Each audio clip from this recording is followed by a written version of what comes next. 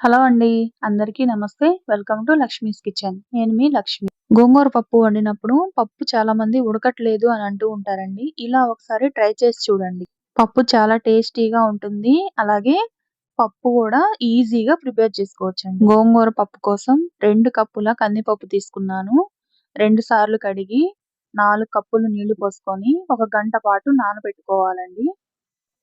పప్పులో ఇప్పుడు గోంగూర వేయట్లేదండి. ప్లెయిన్ గానే నానబెట్టుకోవాలి. గంట సేపు నానాక పప్పు 2, 3 విజిల్స్ వస్తే బాగా ఉడికిపోతుందండి. స్టవ్ వెలిగించి కడాయి పెట్టుకొని, కడాయిలోకి 2 టేబుల్ స్పూన్ల ఆయిల్ వేసుకొని, ఆయిల్ హీట్ అయ్యాక అర టేబుల్ స్పూన్ ఆవాలు వేసుకోవాలి. 1 స్పూన్ మినపప్పు, అర స్పూన్ జీలకర్ర, అర టేబుల్ స్పూన్ పచ్చిశనగపప్పు కొద్దిగా వేగాక పావు కప్పు ఉల్లిపాయలు వేసుకొని, ఉల్లిపాయలు కొంచెం మెత్తబడితే చాలండి. ఇందులోకి 2, 3 టమాటాలు కట్ చేసుకొని వేసుకోవాలి. టమాటా కూడా కొద్దిగా మెత్తపడాలి.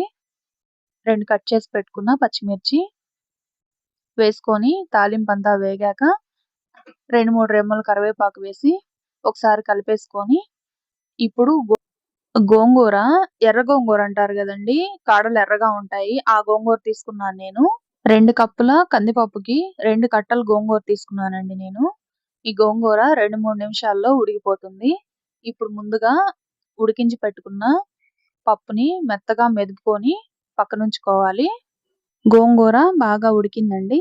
ఇందులోకి మనం ముందుగా మెదిపి పెట్టుకున్న పప్పు వేసి గోంగూర, పప్పు కలిసే విధంగా ఒకసారి కలుపుకోవాలి.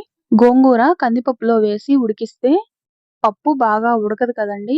ఈ విధంగా ఒకసారి కూర ట్రై చేసి చూడండి. చాలా బాగుంటుంది. 2 స్పూన్లు ఉప్పు వేసానండి. అర స్పూన్ పసుపు, 1 టేబుల్ స్పూన్ కారం వేసాను.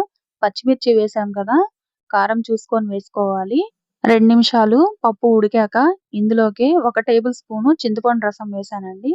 గోంగూర వేసిన పప్పులోకి పులుపు బాగా ఉండాలంటే 1 టేబుల్ స్పూన్ చింతపండు రసం కూడా వేసుకోవాలండి. వేసుకున్నాక కొద్దిగా ఉప్పు తగ్గినట్టు అనిపించింది. ఒక అర స్పూన్ ఉప్పు వేసాను. గోంగూర పులుపు కదండి, కొంచెం ఉప్పు ఎక్కువే పడుతుంది. ఇప్పుడు ఉప్పు కరెక్ట్ గా సరిపోయింది. ఇలా వేసుకున్నాక 1 నిమిషం అలా ఉంచి స్టవ్ ఆఫ్ చేసుకొని సర్వ్ చేసేసుకోవడమేనండి. వీడియో నచ్చితే వీడియోని లైక్ చేయండి. Thanks for watching.